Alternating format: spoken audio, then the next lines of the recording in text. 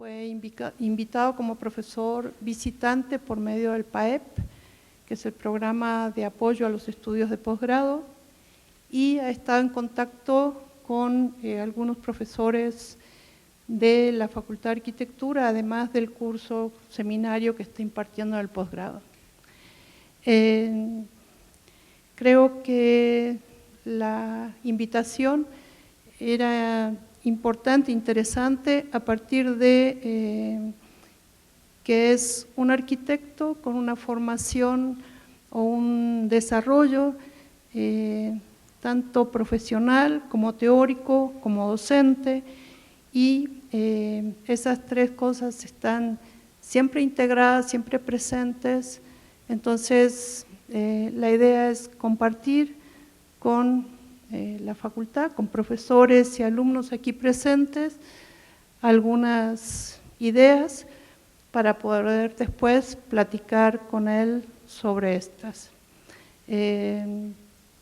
Sobre la práctica profesional podría decir mucho, tiene una gran cantidad de edificios desarrollados, premios de arquitectura ganados, profesor del primer año de la carrera de arquitectura en la Facultad de Arquitectura de la Universidad de Buenos Aires, profesor también del posgrado, o sea, es una actividad completa y que se desarrolla en múltiples ámbitos, todos vinculados.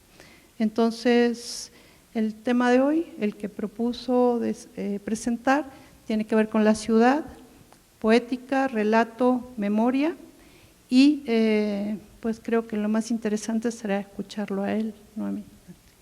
Adelante.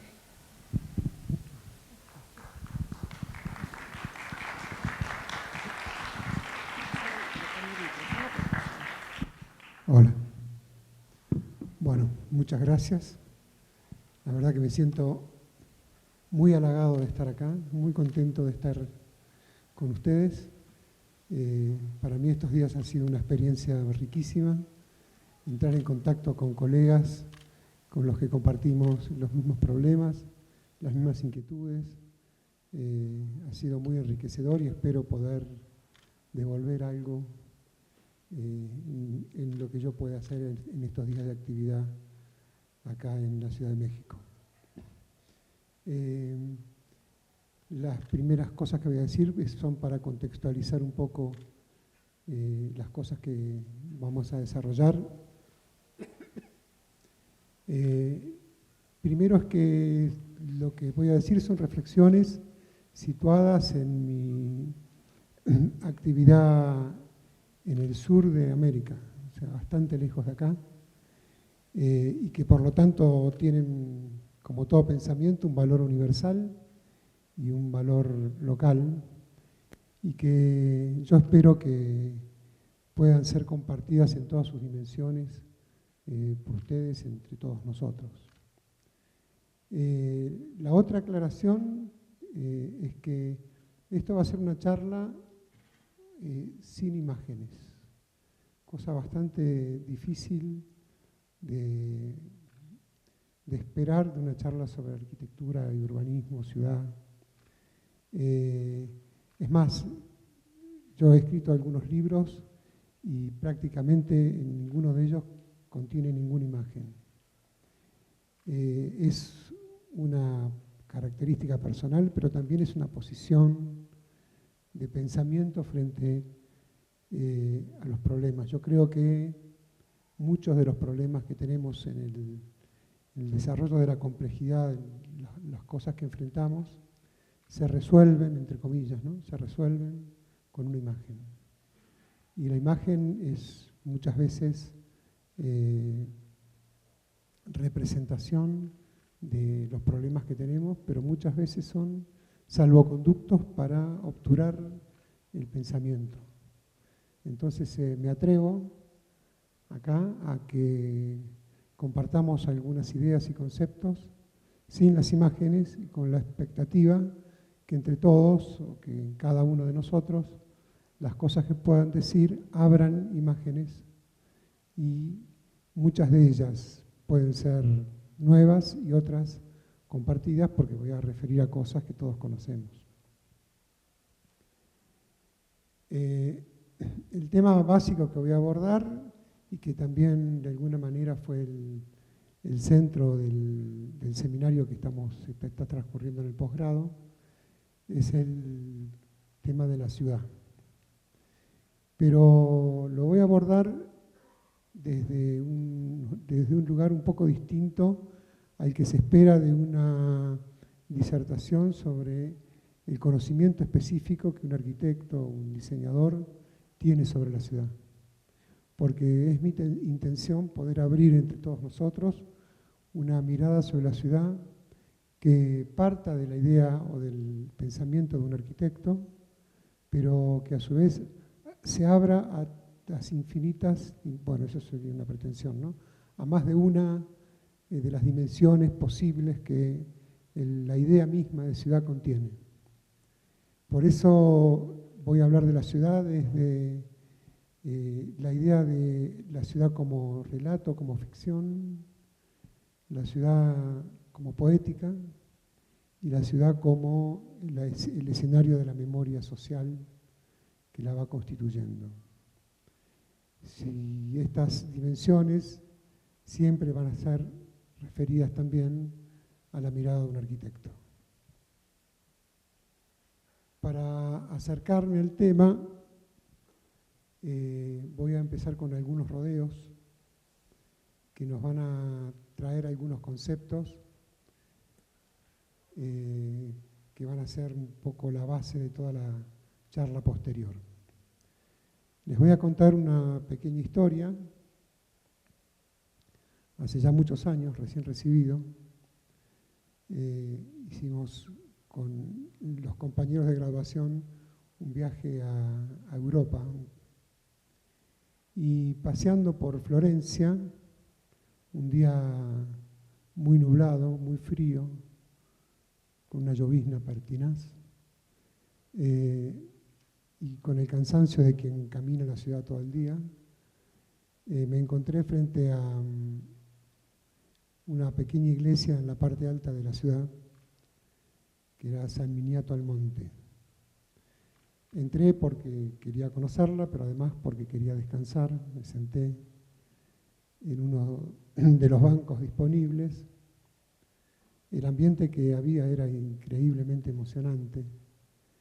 La luz entraba de manera tenue, un poco porque era la manera de entrar que tiene la luz que tiene el edificio, otro poco porque llovía y estaba nublado. El órgano nos daba una música muy emocionante. La gente, había algunas personas caminando, todas muy respetuosas de la situación.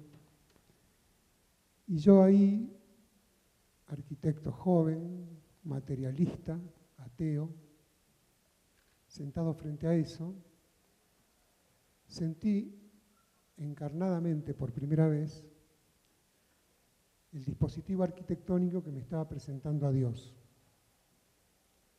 Es decir, había percibido, lo digo, encarnadamente en el cuerpo, la idea de Dios. Me di cuenta que Dios existía, pero no porque existiera Dios, sino porque ahí, en esa situación, Dios existía.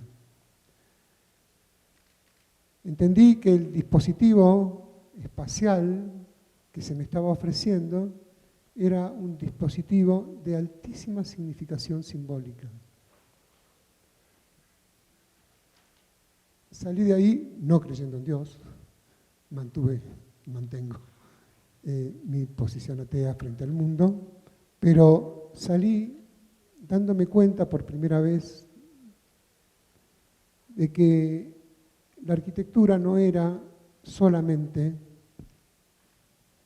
el dispositivo por el cual se construye un espacio y una forma, que tiene que tener en cuenta ciertas maneras de ser usada.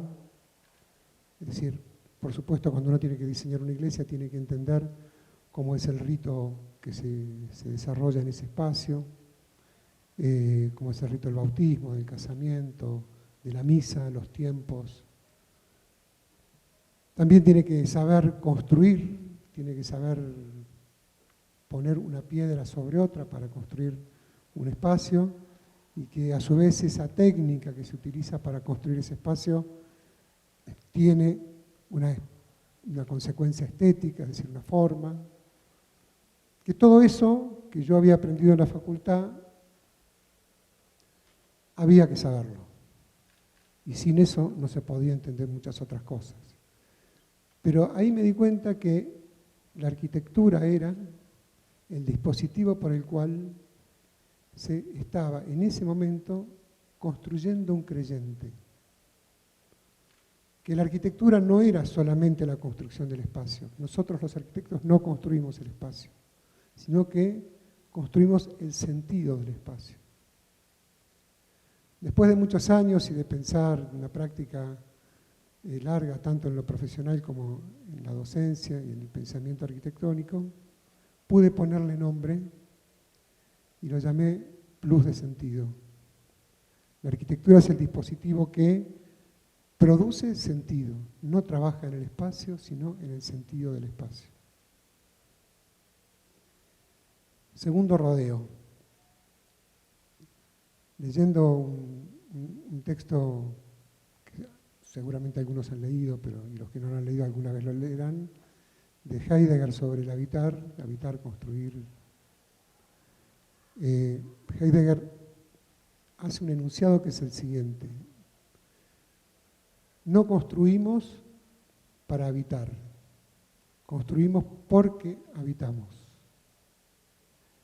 Haber escuchado eso por primera vez me dio vuelta a la cabeza. ¿Qué quiere decir eso? O por lo menos para mí, ¿qué quiere decir eso? Construimos porque habitamos implica, construimos para habitar implica un acto de acción técnica sobre un concepto del habitar que ya está determinado.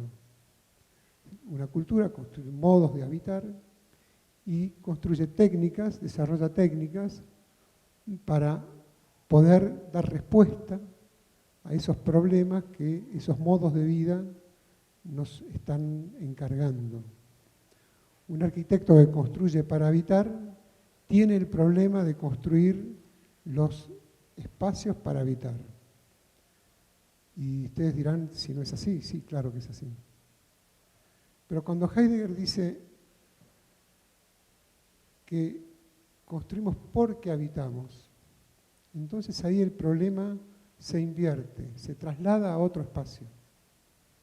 Ya no se trata de la técnica para resolver un problema dado, sino la problematización de la idea de habitar que intentaré trabajar con estas palabras. Y bajo este concepto, la misma palabra habitar empieza a abrirnos una serie de relaciones muy distintas, así la vemos solamente desde lo específicamente arquitectónico, urbanístico y profesional. Ser habitante de un lugar es el equivalente a la experiencia que les conté en la iglesia. Uno puede ser ocupante de un lugar, puede ocuparlo, puede ser testigo de un lugar, puede ser observador de un lugar, puede ser espectador de un lugar. Pero ser habitante es el acto de constituirse en esa experiencia de vivir el espacio. Construir porque habitamos es tener el imperativo de ofrecer espacios habitables para que nos constituyamos en habitantes y no en espectadores, observadores, turistas, etc. Un tercer rodeo, ya nos metemos. Hay un texto de Michel Foucault acerca del saber y del poder.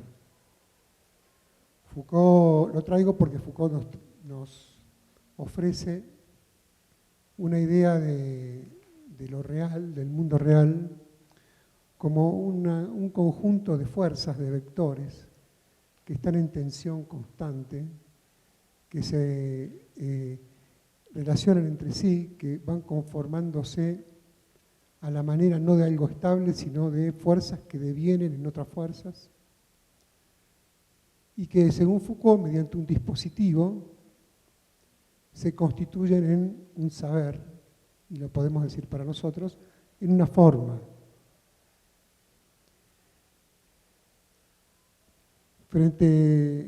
Podemos dar un ejemplo.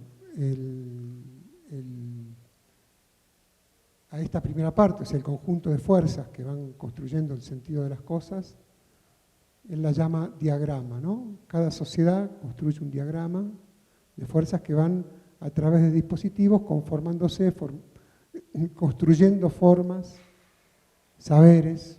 A este diagrama lo llaman los diagramas de poder, los entiende como una microfísica de poderes, pero eso ya sería entrar en otra disciplina. Pero podríamos decir que el diagrama de la sociedad disciplinaria tiene el dispositivo panóptico para construir una forma cárcel. Eso se puede entender. Tiene el dispositivo encierro para construir la forma fábrica, da muchos ejemplos. Pensar en el habitar como dispositivo de trabajo de construir para habitar, implica hacer énfasis en la forma. Y no es desdeñable, es más, es imprescindible. Tenemos que conocer las formas, los saberes, lo que hemos constituido como cultura, específicamente arquitectónica, urbanística, de diseño en general, porque eso es lo que se sabe, lo que hay que saber. Foucault dice que algo se sabe cuando puede ser dicho o cuando puede ser visto. En cambio, cuando uno se mete con el diagrama, es lo que no se ve, es lo que hay que pensar. Es el punto de partida de cualquier pensamiento que, tengámoslo o no consciente, siempre estamos haciendo. Trabajar solamente la forma nos lleva a un pensamiento profesionalista, instrumental, de un saber que está constituido y que se nos aparece como estable, inmodificable. Las cosas son así y operamos sobre ellas. Hacer hincapié en el diagrama es pensar que el mundo no está hecho, que es esta constelación de vectores, de fuerzas, que se está haciendo todo el tiempo, y que entonces el habitar no es algo que se pueda resolver técnicamente solamente, sino que requiere del esfuerzo de ser pensado una y otra vez.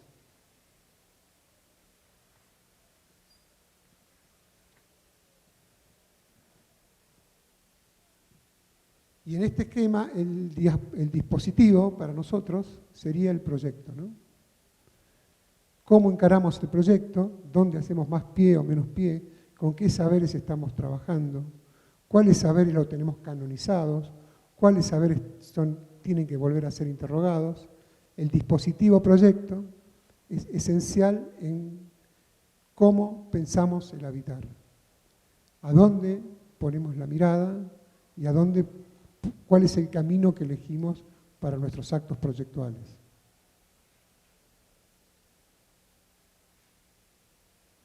Por lo tanto, tenemos que tener conciencia que el dispositivo proyecto y el acto de proyectar es el modo que tenemos los arquitectos y los diseñadores, y voy a insistir siempre, arquitectos y diseñadores, en algún momento les explicaré por qué. Es el dispositivo que tenemos para pensar el habitar. Desde este punto de vista, proyectar no es hacer bien técnicamente algo solamente, sino que es el dispositivo que tenemos, el medio, el modo que tenemos para pensar nuestros problemas. Entonces, un proyecto, desde este punto de vista, no es algo que resuelve un problema. Eso sería pensar que el habitar es que construimos para habitar un lugar. Sino que el proyecto es la manera que construimos el mundo que produce nuestra manera de habitar. Un proyecto no está para resolver un problema, sino está para construir un mundo. Es evidente a esta altura que el habitar humano está íntimamente ligado a la cultura que una sociedad construye. Por eso me gustaría proponerles una definición de cultura, como tantas otras, pero esta me parece muy útil, que dice que la cultura son las formas de producción, de apropiación, de circulación, del capital simbólico que una sociedad produce. Y en esa misma definición, la tomo para usarla, dice las formas de producción, de apropiación y de circulación. Están moviéndose todo el tiempo. Si yo digo la cultura, estoy pensando en un objeto separado de mí. La cultura es un objeto de estudio. La ciudad puede ser un objeto de estudio. Puede, no, debe ser un objeto de estudio. Pero yo puedo ver ese objeto de estudio con la distancia científica que me da la separación entre objeto y sujeto.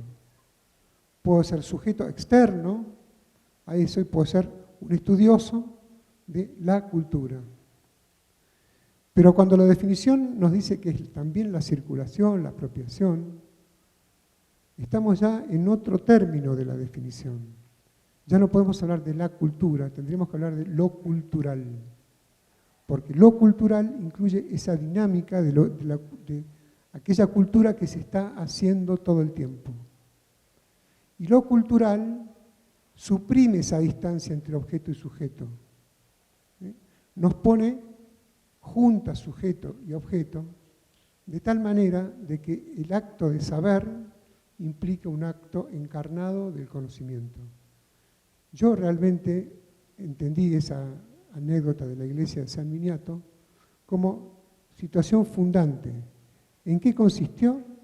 En haber roto esa distancia.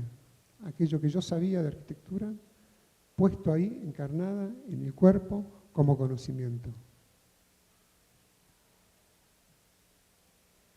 Lo cultural entonces es ese estar haciéndose, ese devenir que veríamos mucho más en el diagrama en Foucault que en la forma. Y que tiene mucho más que ver con esta idea de Heidegger de que construimos porque habitamos. Y así como hablamos de la cultura y lo cultural, podemos hablar casi automáticamente de el habitar y lo habitar. El habitar la ciudad, entonces puede conformarse como cuerpo de conocimiento. Lo habitar es poner en juego ese cuerpo de conocimiento a una dinámica de apropiación del territorio. Lo habitar sería esa dinámica por la cual una sociedad, un grupo social, va apropiándose de un territorio con actos de territorialización y desterritorialización constante que una cultura va haciendo en el territorio. Entonces ahí, construir porque habitamos es pensar que la ciudad no sería el espacio que alberga la vida, sino que sería al revés. Sería la misma vida desplegada en el territorio la que va construyendo la ciudad. No sé si soy claro en explicar la diferencia, ¿no? Y no es una diferencia menor, es el punto de donde nos situamos para poder pensar la ciudad.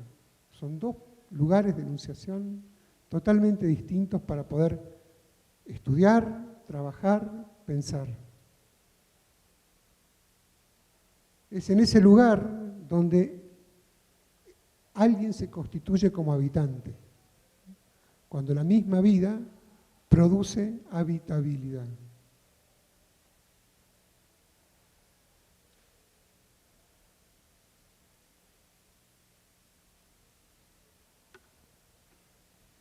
Entonces, pensado así, la ciudad es ese mismo proceso de ocupación, ese mismo devenir cultural sobre un territorio, que va formando cada cultura. Y ese devenir territorio, devenir ciudad, devenir espacio habitable, está atravesado como construcción de distintos relatos del mundo.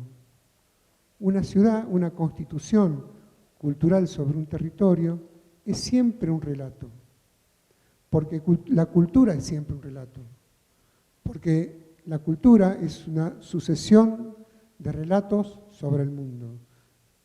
Cada cultura tiene sus relatos religiosos, sus mitos, tiene sus relatos filosóficos, sus relatos políticos, sus relatos económicos, sus ficciones.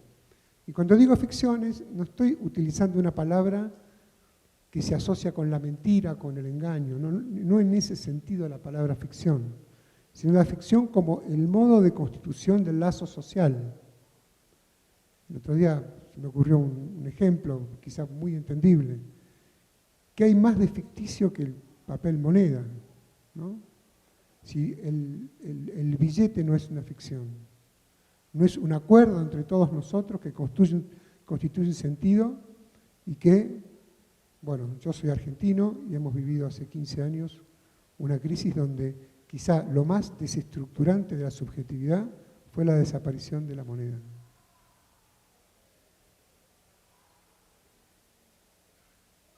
Entonces, podemos ver este proceso de construcción simbólica del territorio, de apropiación simbólica del territorio, como un relato, como una ficción.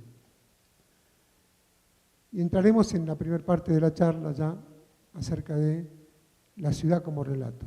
Y ya también, ya me parece que es una característica personal, contar una anécdota. Hace más o menos 10, 15 años iba caminando por Buenos Aires, por mi barrio, como dice acá, se dice Colonia, ¿no? Barrio. Y había un terreno que yo conocía, una parcela de tierra muy grande que de repente fue cercada y tenía un cartel enorme. Si hoy pasaría por ahí sería muy natural, ¿no? Una naturalidad total. Pero en ese momento fue muy choqueante. Un anuncio enorme que decía, acá se va a construir un sueño. Y había una imagen de un señor mayor, una joven, una familia, que miraba un edificio que se iba a construir ahí. Y yo, ¿cómo acá se va a construir un edificio? Se va a construir un edificio de hormigón, de concreto, de vidrio, de aluminio, de ladrillos, de plástico, de tela, de madera.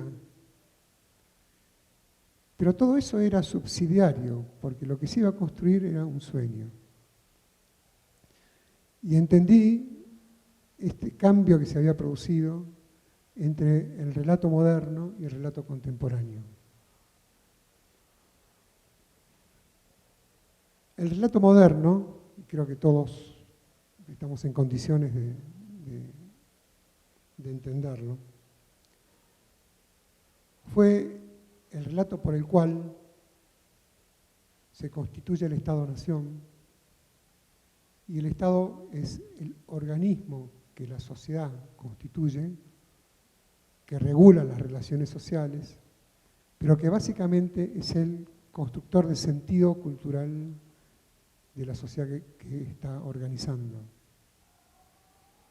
El mercado es el que asigna, el Estado es el que asigna el sentido de lo que la sociedad se entiende como el bien común. El mercado, por otro lado, es el receptor de los flujos de sentido. Los flujos de sentido, ya cuando hablo de flujos, estoy hablando de flujos económicos, flujos de todo tipo. La sociedad moderna está basada en el relato tal que hace que el mercado propone, asigna, y el Estado regula. Y hay condiciones políticas, económicas, de todo tipo, de fortaleza de Estado-Nación, por el cual el Estado consigue regular la potencia del flujo que va atravesando la ciudad. Y ya podemos intuir el carácter político de la noción de habitar. Porque cuando hablamos del carácter político, normalmente creemos, no equivocadamente, que lo político son las formas de gobernabilidad que una sociedad se da. Y yo quisiera introducir la idea de que lo político son las formas de vida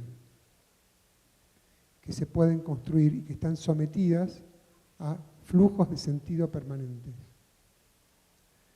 En esta relación de Estado que regula y mercado que asigna, la base de esa relación y la base, digamos, fundante de la idea de proyecto está pensado en que hay una necesidad y que el mercado da respuesta a esa necesidad. Y cuando esa respuesta excede los modos convencionales que un Estado tiene para regular, esa regulación es una prohibición. Eva Perón, que es una figura mítica de la política y de la cultura argentina, tiene una frase que habla muy claramente de esto. Decía Eva Perón, donde hay una necesidad hay un derecho.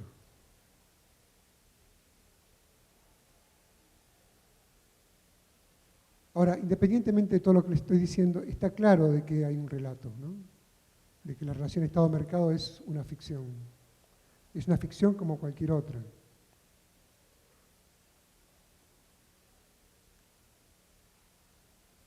Además, el Estado moderno trajo una nueva idea que fue la idea de la intervención en el territorio. El Estado funda el territorio, funda la noción de territorio y es el príncipe del territorio. La arquitectura moderna nos trajo la idea de intervención, de planificación. El Estado es el único capaz de planificar. Y producto de ese relato moderno, tenemos desde la Carta de Atenas, que todos conocemos como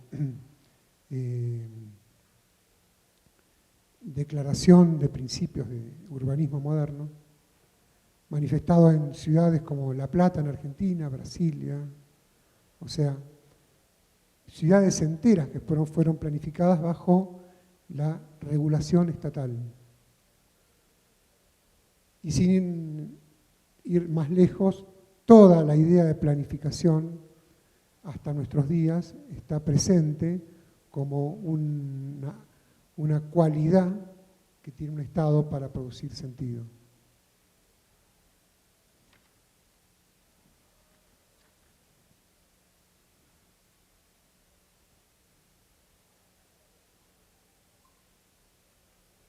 Ahora, cuando vi el cartel, acá se va a construir un sueño, entendí de que había un cambio de régimen ficcional.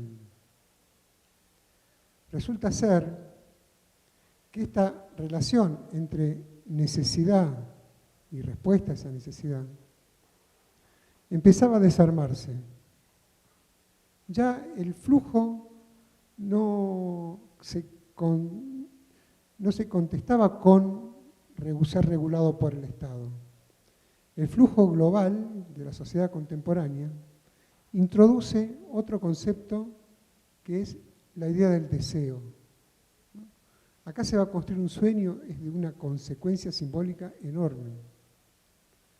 El flujo global va en contra de la ciudad que se construye con su historia, con sus lugares, con sus situaciones urbanas, con sus tradiciones, y arrasa de tal manera que, yo tengo la experiencia en Buenos Aires, pero supongo que acá ustedes probablemente haya sucedido o esté sucediendo lo mismo, ¿no? De barrios enteros que se han transformado, de formas de vida que se han transformado, de formas de construcciones de espacio simbólico que se han transformado radicalmente. Si el Estado no es capaz de regular al mercado, y si el deseo no puede ser jamás regulado, porque yo puedo regular con una norma determinados flujos económicos, pero ¿cómo puedo regular un deseo? ¿Cómo puedo regular un sueño? Y más si todos somos atravesados por ese sueño. Yo les doy un ejemplo, no sé también cómo fue acá, desde allá, ¿no? Una de las tradiciones muy instituidas en la cultura de la Ciudad de Buenos Aires es el café, ir a tomar un café. Si yo me encuentro con alguien o quiero hacer una cita, yo acá hice algunos llamados telefónicos y vi la diferencia, ¿no? Le dije, che, nos encontramos para tomar un café y me dijeron, era raro ir a tomar un café. Bueno, Buenos Aires tiene esa tradición, está y sigue sosteniéndose en el café, en el bar. Bueno, estamos atravesados por Starbucks. Y cada vez se van desapareciendo esos lugares y se van construyendo nuevas maneras de construir sentido imposibles de regular, únicamente enfrentadas por resistencias que tenemos, que debemos, si queremos, ser pensadas, ¿no? Entonces ahí la idea de plan se transforma en otro instrumento que es el marketing. El marketing urbano es la manera de construir sentido, de producir sentido de tal forma de que todos asumamos esos deseos. Entonces ya la arquitectura y el diseño no son los dispositivos para resolver una necesidad. Es más, la necesidad está antes de ser construida. Se produce en otro lado y ya no construye habitantes, construye espectadores. Es por eso que herederas de esa ficción es lo que todos conocemos en la arquitectura contemporánea como la arquitectura del espectáculo. Quizá uno de los ejemplos más interesantes, quizá ya un poco viejo, pero a mi modo de ver bastante gráfico, es el Museo Guggenheim de Bilbao, ¿no? Es una manera, no de una territorialización cultural, sino de un aterrizaje cultural. Es un objeto que tiene una pretensión de novedad y que si uno la analiza es de un arcaísmo total.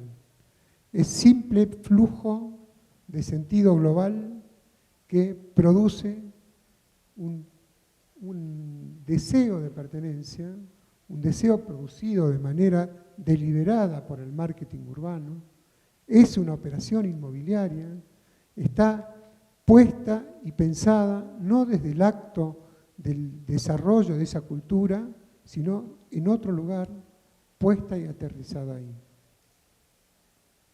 En su apariencia extravagante, novedosa, producto de una nueva forma de estar en el mundo, se esconde un arcaísmo funcional, técnico, que va en contra de su apariencia.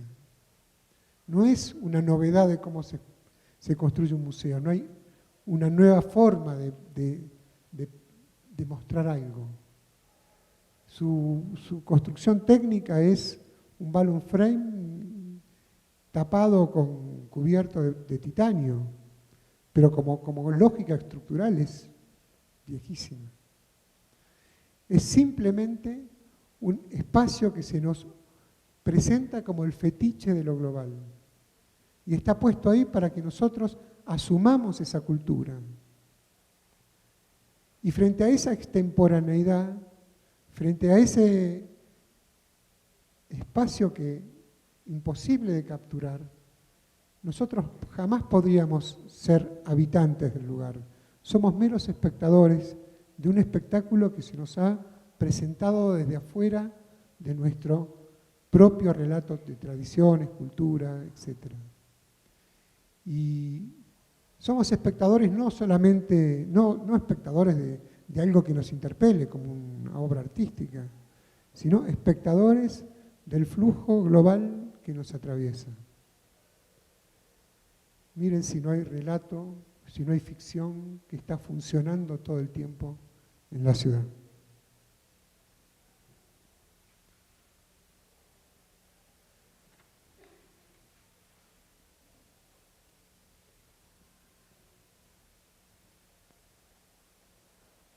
Voy ahora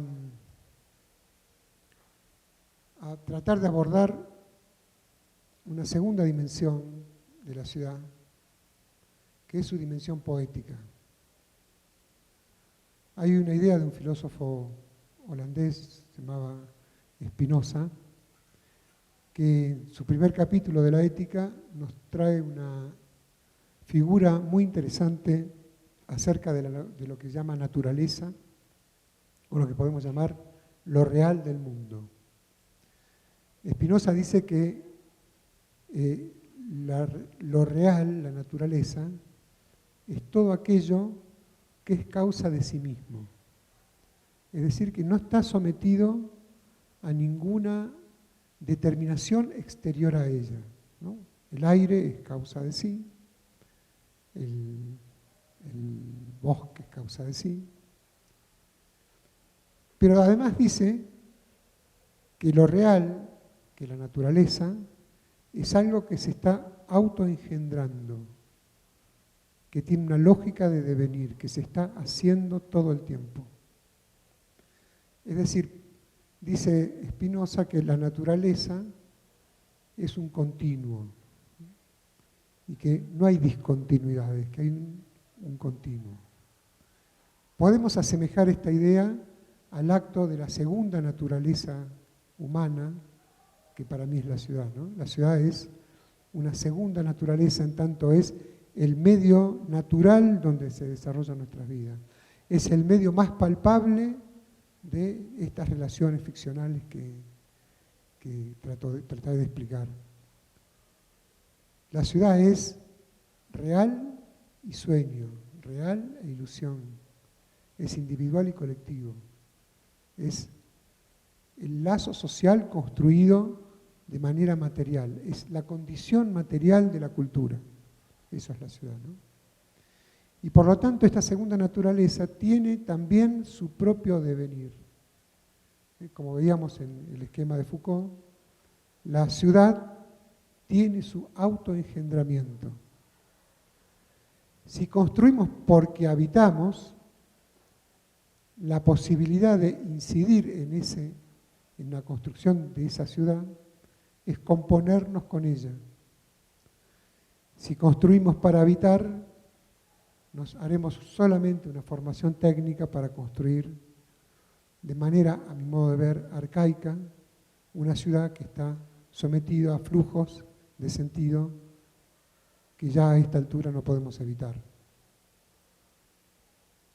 Por eso uno puede ver la ciudad como un conjunto de capas significantes, de signos, que se están moviendo todo el tiempo y que construyen un aparato de sentido, ¿no? Hay un autor francés, Henri Mechonic, que dice que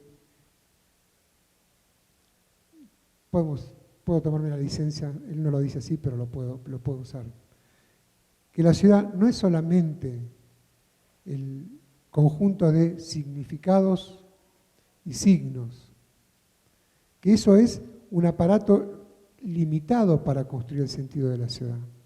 Él lo relaciona con el lenguaje, ¿no? Una lengua. Y dice, la traducción de una lengua se hace siempre en el aparato de semiótico sintáctico, ¿no? En el hebreo de la Biblia dice, tal enunciado quiere decir tal cosa. Entonces, ese mismo significado lo traslado al español, al latín o al inglés.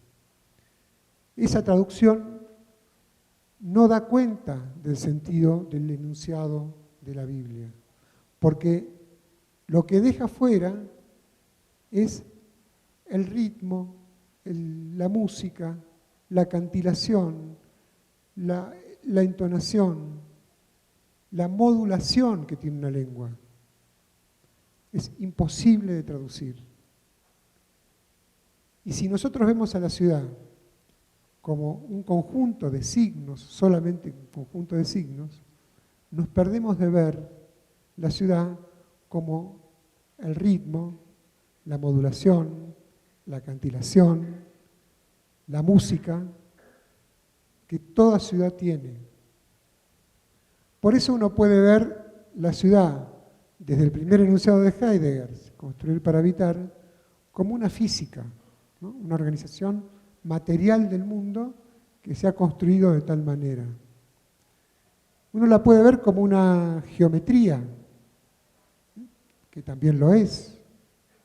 Uno lo puede ver como una morfología, que también lo es. Uno lo puede ver, lo puede estudiar como una sociología, como objeto de estudio, como una sociología, que también lo es. Pero todas esas dimensiones están inacabadas si no podemos percibir la ciudad como una poética, como un cuerpo que produce lengua. La ciudad es un cuerpo material que produce lengua. Visto así, entonces, nosotros no construimos con materiales inertes. Nosotros no construimos con piedra, cemento, arena, vidrio. Construimos con materiales sensibles, con materiales que tienen la potencia de producir lengua, no lenguaje, lengua. Acá se va a construir un sueño, me está diciendo que el material que yo con el que construyo es un material que habla, que tiene la capacidad de hablar, que está sometida a un relato posible que cualquier sociedad está construyendo. Hay tantas cosas para decir, pero vamos a trabajar ahora 5 minutos más con la memoria.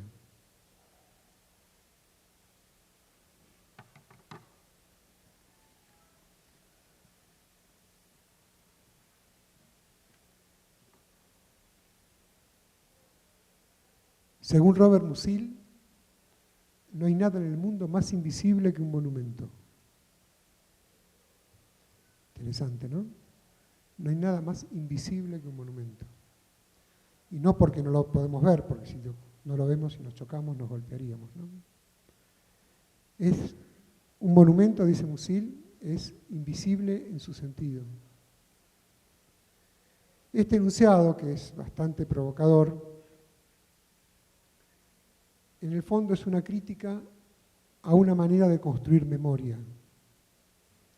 La misma idea de monumento es la manera que tiene una sociedad de institucionalizar su memoria, de ponerla, congelarla en sus monumentos, en sus archivos, en sus museos, en todos los objetos de memoria que van construyendo la ciudad. La crítica de Musil nos entrega otra manera de construir memoria urbana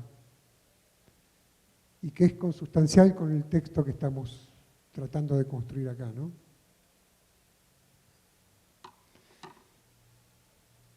Si la memoria es aquello que está congelado, que está puesto, si está delegado en el monumento, la memoria pierde toda espontaneidad.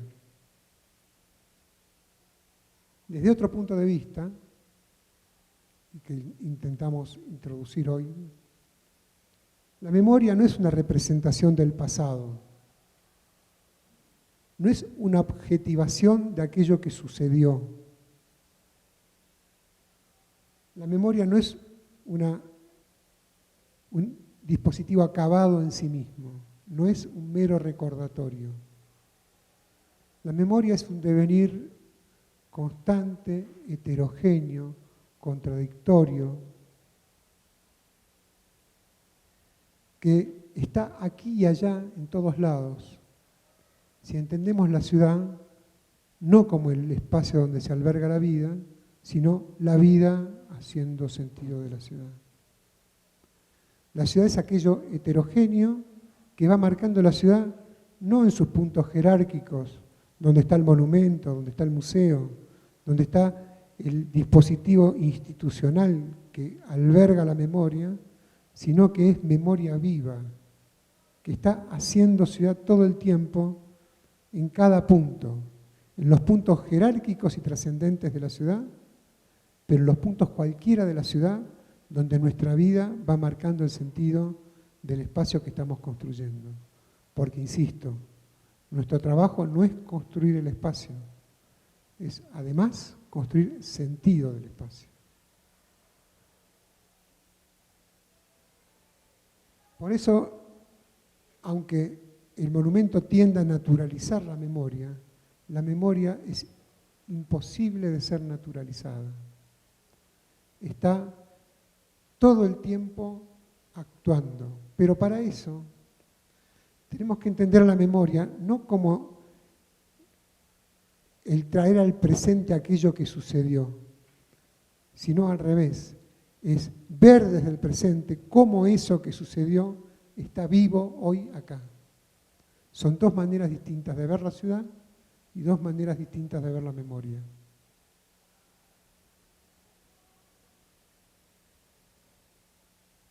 Por eso la memoria es una marcación colectiva, es individual y colectiva a la vez.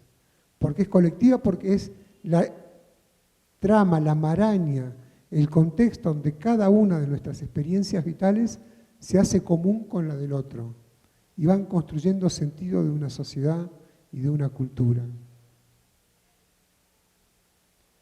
Entonces, desde este punto de vista, toda la ciudad es memoria. Toda la ciudad es memoria. No hay puntos jerárquicos de memoria. Toda la ciudad es memoria, porque es la marcación que toda una sociedad, un grupo cultural va construyendo en el modo de apropiación, de territorialización, de construcción de un territorio. Por eso, la memoria monumental es la memoria del plan, de la planificación. Está puesta por la abstracción del urbanista. En cambio, la memoria colectiva, la memoria individual, la memoria que marca, es la que construye las situaciones urbanas. Es la situación urbana que está construida por el mismo acto de vivir en comunidad, lo que podemos llamar la resistencia al flujo global. Si el flujo global tiende a hacer desaparecer la situación urbana, la vida colectiva, construye la situación urbana como modo de resistencia al flujo global.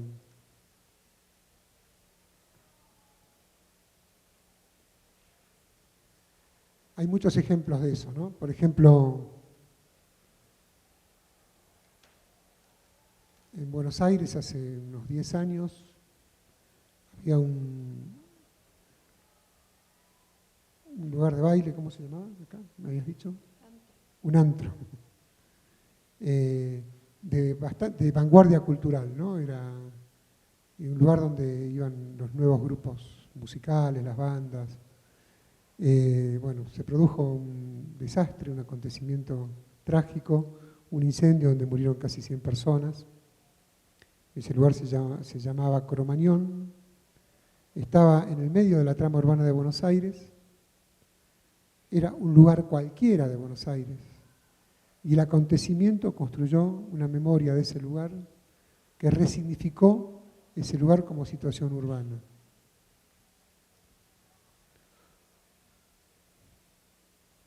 También en esa época, Diego Maradona, en sus excesos habituales, estuvo a punto de morirse internado en una clínica, un hospital en Buenos Aires, también ubicado en cualquier punto de la ciudad. Sin embargo, durante semanas, en ese lugar se constituyó un altar donde iba la gente, dejaba estampitas, flores, ofrendas, rezos, para que Maradona se recuperara. Digo estos ejemplos, pero son infinitos. Toda nuestra ciudad está marcada por los acontecimientos que el acto de vivir produce. Y hasta en nuestra vida personal, el lugar donde conocí a mi novia, el lugar en el que despedí al amigo que ya no está, mi primer casa de la infancia, el parque donde vivía, el parque donde vivo, el lugar donde voy a estudiar todos los días. Todos esos lugares están marcados por la vida y son memoria activa y viva. Y así como les conté lo del Museo Guggenheim, quiero contarles también otra experiencia de construcción de memoria, diría opuesta, que es el Museo Judío de Berlín. Creo que todos lo conocen, la obra de Daniel Libeskind. Porque el dispositivo de museo de ahí, de construcción de memoria, es mucho más parecido a esto que estamos tratando de explicar, ¿no? No sé si conocen el museo, creo que sí, todos lo han estudiado. Uno podría, desde el modo específico de construcción de conocimiento, explicarlo con las plantas, los cortes, la vista, cómo está construido, cómo entra la luz, cómo se usa. Sin embargo, el dispositivo que plantea Libeskind es totalmente distinto. Es un dispositivo de sentido. Uno entra, les cuento lo que me pasó a mí, ¿no? Mi experiencia personal. Entré al museo, a la derecha hay una sala, una puerta que debe tener 6 metros de altura, que es muy pesada. Uno entra ahí a un lugar que no es nada, ¿eh? Es un lugar cerrado, oscuro, con una luz que entra desde arriba, desde la parte superior. Uno entra, abre esa puerta, la puerta se cierra, hace un ruido tremendo. Y uno siente lo que sucedió. Siente la ausencia de los que no están. Siente que algo de lo que sucedió estaba recuperado en la experiencia de estar en ese lugar. Ese lugar no era nada, no tenía nada. Se constituía de sentido cuando yo estaba ahí. Y yo me constituía en la memoria estando ahí en esa experiencia. Muy parecido hacia el Miniato al Monte. Salí de ahí, fui a otro lugar, que eran como unos canteros, con los nombres de las ciudades y los países donde habían ido los judíos escapados de la guerra, que tenía el piso inclinado. Uno se perdía en ese laberinto con el piso inclinado y sentía esa sensación de inestabilidad, de sensación que supongo rememora, recupera, trae a la actualidad lo que me imagino que podría haber pasado con un inmigrante alemán que se fue a Bolivia. Bueno, las rampas tienen por debajo, uno siempre tiene la vista de esas chapitas con esas caras que se están riendo, están llorando, ¿no? Es realmente emocionante. Después el museo tiene su parte museográfica, ¿no? Están las vitrinas con los objetos, ¿no? Repite el esquema de institucionalización de la memoria, ¿no? Estos objetos puestos ahí para recordar aquello que sucedió. Pero el dispositivo del Museo de Libeskind es un dispositivo que trata de indagar sobre otras maneras de construir memoria. Maneras de construir memoria que, a mi modo de ver, debemos pensar y repensar cuando pensamos la ciudad, pensamos la arquitectura, pensamos cómo nuestra sociedad, nuestra cultura, va construyendo esas territorializaciones, ese devenir constante de hacer ciudad y de hacer sentido, espacios de sentido.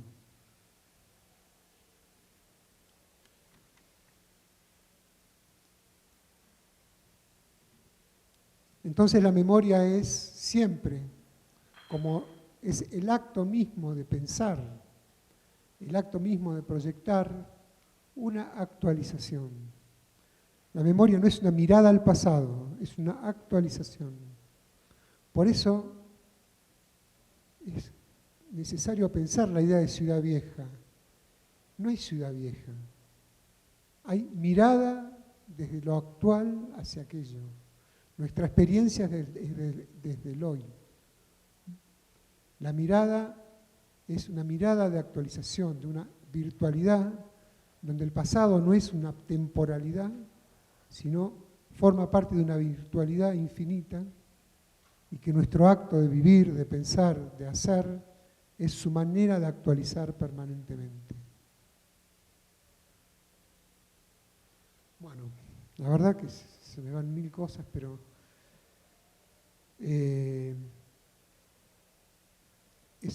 creo que es evidente que todas estas dimensiones de la ciudad conforman entre sí un solo punto de vista, ¿no? Si hay algo que me gustaría que haya quedado de estas palabras, es haber podido transmitir un punto de vista sobre la ciudad, que no alcanza con conocer lo que fue, sino componerse con ese devenir, con esa dinámica, con esa forma de que la ciudad va adoptando su forma, su sentido, y componerse desde la condición de habitante, de ser parte de ese diagrama de fuerzas que la va construyendo, de ser actor necesario e imprescindible de la memoria que estamos marcando, de ser arquitectos, diseñadores, sensibles a las poéticas que estamos construyendo. Todo el saber disciplinar, todo lo que llamamos urbanismo, es imprescindible, pero insuficiente para una mirada que nos abra al mundo que estamos viviendo. Y el mundo que estamos viviendo, creo yo que vamos a coincidir, no es un mundo muy amable. Estamos sometidos a flujos de todo tipo, flujos simbólicos de todo tipo, y somos, si somos pensantes, responsables de las resistencias. Si somos pensantes, somos responsables de las resistencias. Por eso me gustaría leerles, para terminar, una frase de Galeano, en la revista Arquitectura Viva. Dice: la sociedad del espectáculo nos arrastra a todos, y en las aguas turbulentas de ese río que nos lleva, quizá solo podamos aspirar a tener los ojos bien abiertos. Bueno, espero que haya servido. Una hora, ¿eh?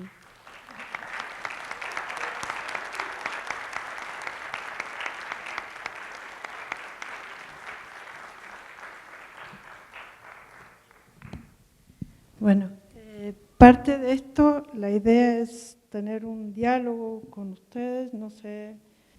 Bueno, primeramente me da mucho gusto tenerlo aquí. Yo he tenido oportunidad de leer ya sus cosas de tiempo. También me extraña porque siendo profesor de posgrado no estoy enterado que hay un curso. Parece que somos compartimentos estancos y no nos enteramos. Nuestro posgrado está dividido en 5 o 6 partes y parece que no nos enteramos de lo que sucede en el otro. Una lástima no haber podido estar en la posibilidad de dialogar. Me parece enormemente rico la aportación que hace sobre la visión de la ciudad, de verla en todas estas manifestaciones, y que hacen ver el hecho de la complejidad, la diversidad, la transformación constante, la dialéctica en la que están todos estos procesos de aquello que construimos, en este caso nuestra construcción de la ciudad. Y entonces, eso aparte me parece que no es ahorita mi objetivo de hacer alguna serie de comentarios o preguntas. Mi preocupación es otra. Mi preocupación es sobre todo porque al final lo vuelvo a decir, es decir, los arquitectos, es decir, deben estar abiertos a esta cuestión de la poética de la ciudad, toda esta cuestión de la complejidad de la ciudad. Y yo me pregunto, y se lo pregunto, ¿cómo es posible que los arquitectos lo hagan?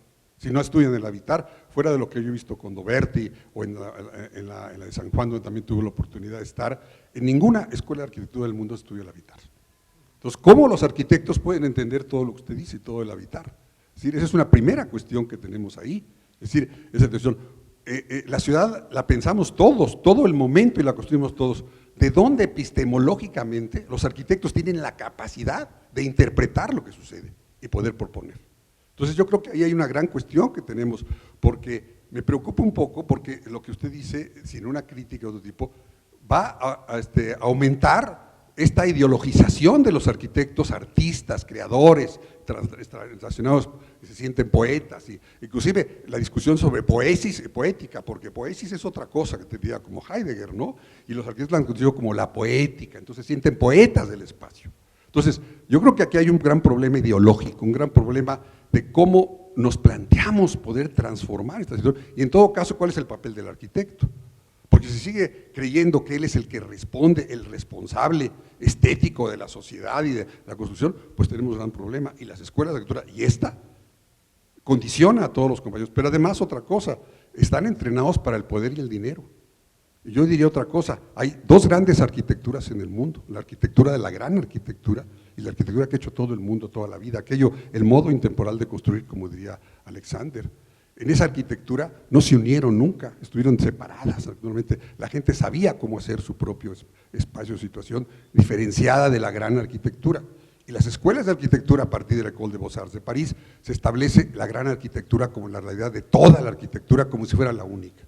Son algunas de las preocupaciones que me planteaban su extraordinaria plática. El problema que vos planteás con relación a las escuelas de arquitectura es exactamente así. Mi experiencia personal es que yo accedí a la enseñanza de la arquitectura bajo el paradigma de que yo sabía producir arquitectura. En mi oficina, en mi estudio, como yo sabía hacer, podía enseñar. Entonces, mi acercamiento a la enseñanza, y creo que el de muchísima gente todavía hoy, se basa en la relación entre cómo se hace la arquitectura en su estudio y la traslada a cómo se hace, cómo se enseña. Y uno puede decir, bueno, eso no está mal, pero eso deja de lado un montón de problemas que, como decía antes, tienen que volver a ser pensados. La problematización de la enseñanza del conocimiento arquitectónico no debe estar basado solamente en la práctica. Por lo tanto, una escuela que esté bajo la idea de que enseña a aquel que sabe hacer solamente, está construyendo un saber instrumental, está construyendo un saber que no está interrogándose a sí mismo. Yo tuve la suerte, sucedió porque sucedió, que en algún momento de mi carrera en la universidad, yo trabajé siempre en primer año, ¿no? Y en un momento nuestra facultad se transformó en Facultad de Arquitectura y Diseño, incluyendo carreras como diseño industrial, diseño gráfico, diseño de la indumentaria, diseño de la imagen y el sonido, diseño del paisaje, diseño textil, es decir, todos los diseños. Pero no solamente eso, no es que albergó distintas carreras, sino que introdujo una novedad que fue que el primer año de la carrera era común a todas las disciplinas. O sea que yo pasé de ser profesor de arquitectura a ser profesor de diseño de indumentaria. Es gracioso. Pero bueno, eso abrió el mundo, ¿no? No voy a hablar de todo lo que pasó con eso. Sí produjo una cosa, desbarató la idea de que yo tenía que basar mi enseñanza en lo que yo sabía hacer en mi oficina. Y tuve que suspender eso porque obviamente no podía enseñar aquello que no sabía. Sin embargo, esa misma situación, esa misma paradoja, produjo un cambio paradigmático del pensamiento acerca de lo que es enseñar, acerca de lo que es la arquitectura, acerca de lo que es la ciudad. muchas de estas reflexiones son herederas de esa situación, de darme cuenta de que es insuficiente el saber disciplinar, que si el saber disciplinar está encapsulado en algo que está terminado y que sirve solamente para funcionar en la vida cotidiana, para ganar dinero, para lo que sea, es de una mediocridad absoluta, absoluta. Uno podrá operar con eso, uno podrá, si tiene habilidad, ganar dinero, como decía él, pero ser un intelectual, un pensador, un profesional responsable con la sociedad en la que vive, no. Hoy la idea del arquitecto y del empresario, bueno, están también bastante juntas. Ejercerla. De hecho, una de las cosas que se nos vienen encima es que la idea del arquitecto o del pequeño estudio está desapareciendo bajo la forma de las grandes empresas que producen arquitectura.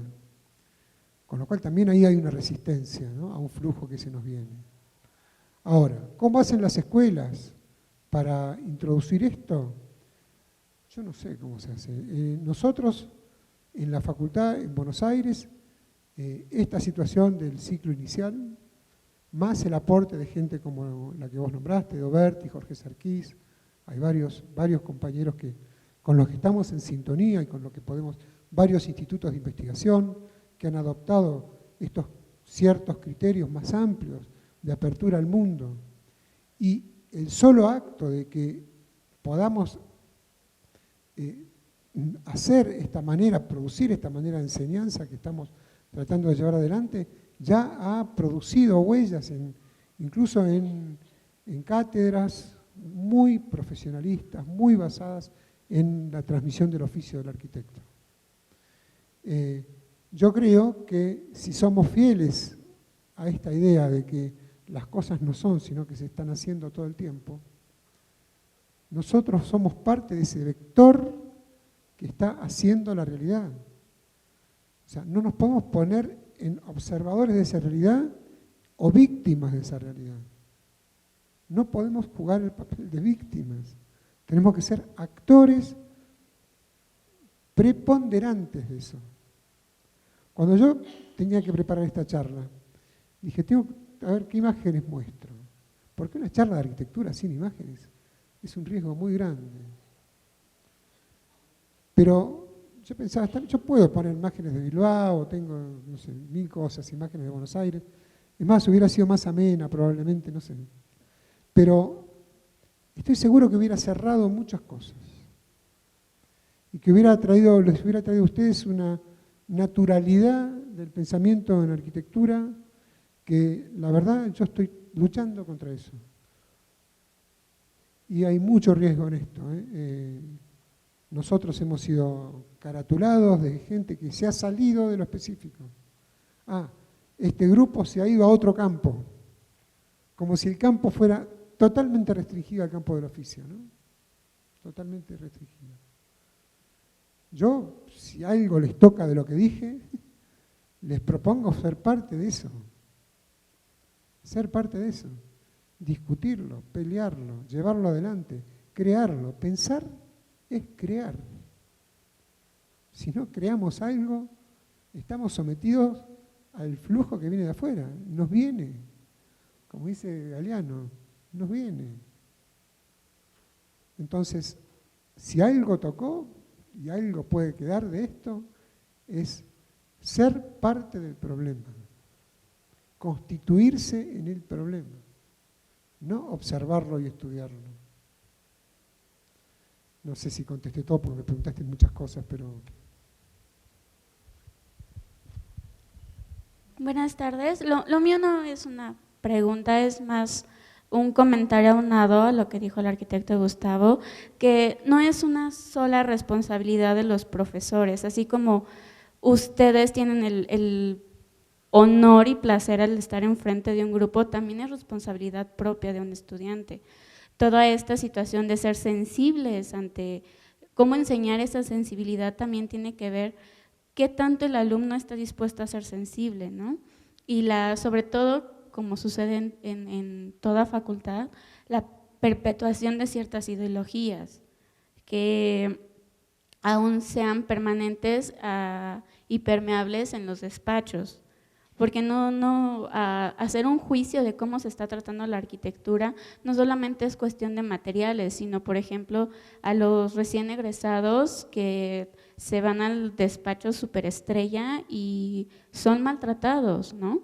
Y ya estás hablando de estudiantes con grado, con títulos universitarios, donde ya también hay esa perpetuación de cómo se trataban los gremios, ¿no? Que empezabas desde joven y a ver cuándo te llegaba algo, ¿no?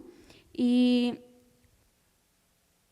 bueno, sí, sería en general todo, porque la gran interrogante es cómo ser sensible a la diversidad de culturas, entenderlas y sobre todo dejar de lo que desde mi perspectiva veo, lo que nos dejó el movimiento moderno, ¿no? Que el arquitecto es quien va a decidir y quién va a perpetuar las nuevas formas de vida.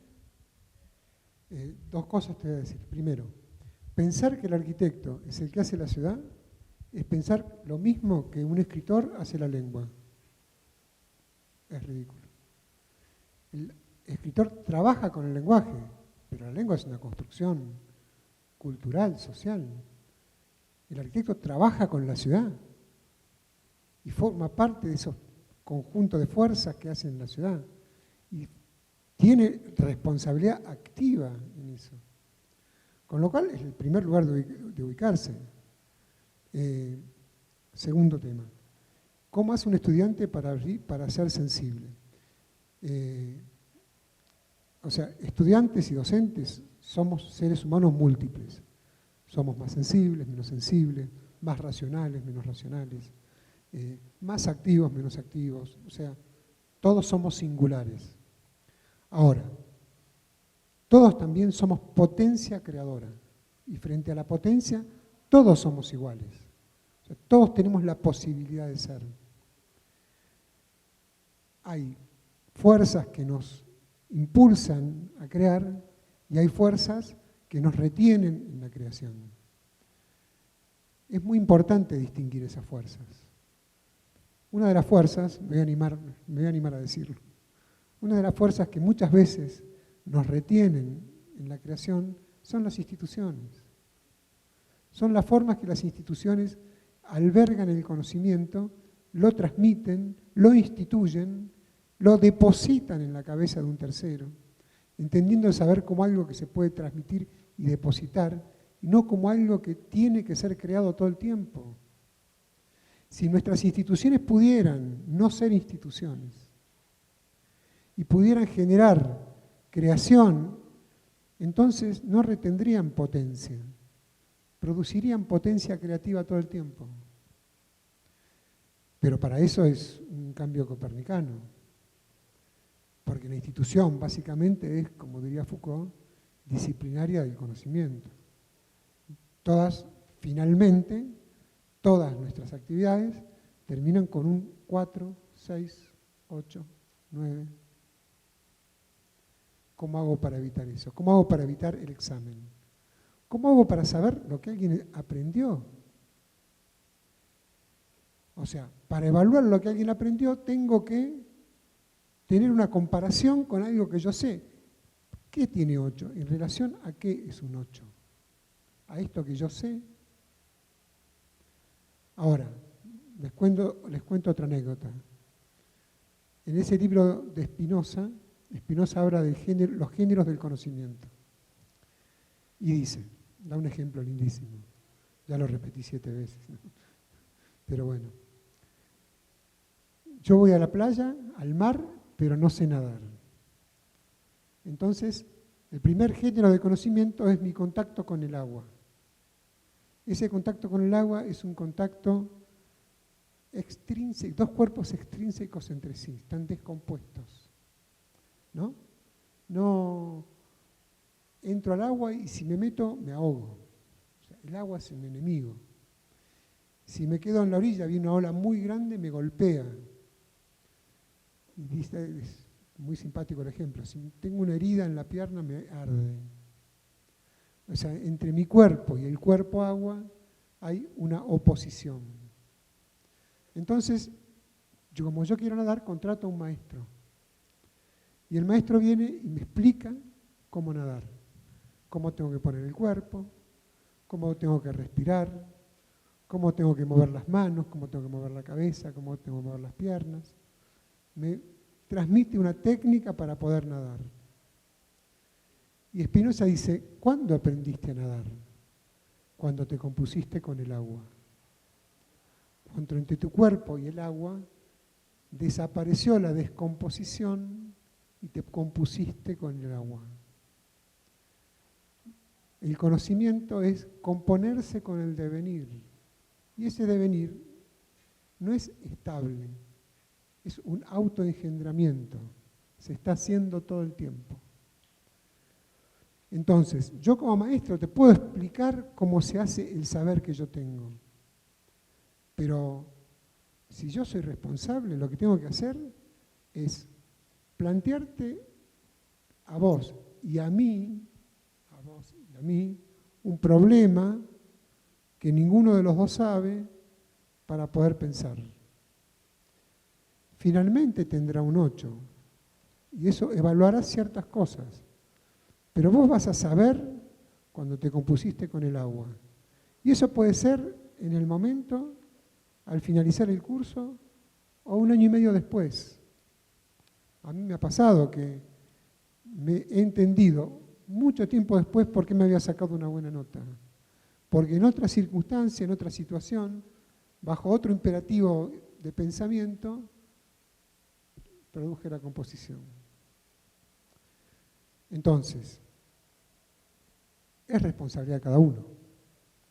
Y tenemos que salir de ser víctimas y ser activos, actores de la creación del saber. Es una potencia innata a nuestra naturaleza. Todos tenemos esa potencia. Depende del deseo que tengamos. Si nos victimizamos, estamos mal. ¿Te contesté? Gracias, buenas tardes. Respecto a esta información de los saberes, de los sentires, este año me han invitado a participar dando clases en una carrera nueva que se llama permacultura, ¿no? Anteriormente, ¿Cómo se llama? Permacultura, ¿no? La permanencia de la cultura ya ahora como carrera, antes era como una especialidad. Y me preguntaba eso, bueno, ¿yo cómo, no? Y lo que me di cuenta es que en esta carrera existen profesores sociólogos, psicólogos, no sé, agrónomos, arquitectos, y crean ese sentir en los nuevos estudiantes, esa sensibilidad de las cosas, ¿no?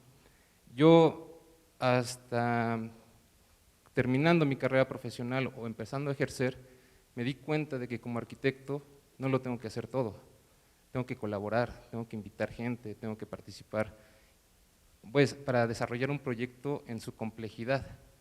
¿Cómo me hubiera gustado que la escuela, la facultad donde me formé, pues hubiera tenido maestros que no solamente fueran arquitectos, que realmente me invitaran a compartir esa información y esos saberes para poder sensibilizarlas, el conocimiento o las cosas.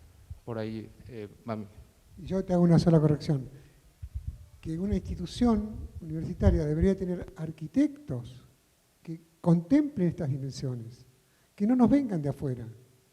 Lo que yo dije hoy no está en el campo de la sociología, no está en el campo de la filosofía, está en el campo de la arquitectura. Es reflexiones arquitectónicas. Lo que pasa es que son dimensiones que no estamos acostumbrados a tener en cuenta, pero créanlo o no, está funcionando, aunque sea de manera inconsciente en todos nosotros, aunque sea de manera automática. Todo lo que hacemos tiene una naturalidad no interrogada, pero estamos actuando.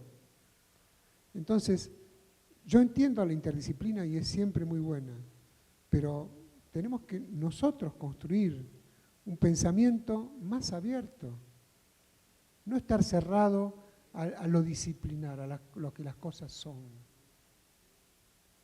Y eso que está, aclaro, es muy fácil de decir, es un trabajo.